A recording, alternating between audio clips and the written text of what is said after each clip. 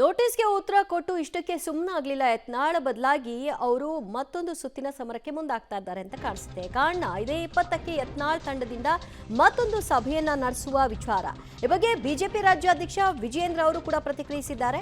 ಯತ್ನಾಳ್ ಹಿರಿಯರು ಸಭೆ ಕರೆದು ಪಕ್ಷ ಬಲಪಡಿಸುವ ಚರ್ಚೆಯನ್ನ ಮಾಡ್ತಿರಬಹುದು, ಅದಕ್ಕೆ ನಾನು ಯಾಕೆ ಬೇಡ ಅನ್ಲಿ ಅಂತ ಅವರು ಕೇಳಿದ್ದಾರೆ. ಜೊತೆಗೆ ಪಕ್ಷಕ್ಕೆ ಪೂರಕವಾಗಿ ಮಾಡ್ತಾರೆ ಅನ್ನೋದಾದ್ರೆ ಅದೇ ನನ್ನ ಅಭಿಲಾಷೆ ಕೂಡ ಹೌದು.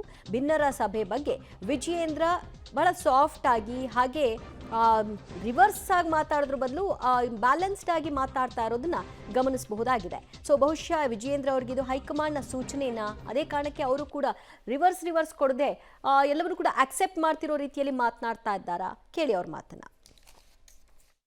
20ನೇ ತಾರೀಕು ಒಳಗಡೆ ಸರಿಯಾಗುತ್ತೆ ಅಂತ ಹೇಳಿದ್ರಿ, ಏನು ಸರಿಯಾಗುತ್ತೆ 20ನೇ ತಾರೀಕು ಒಳಗಡೆ ಏನಾಗುತ್ತೆ?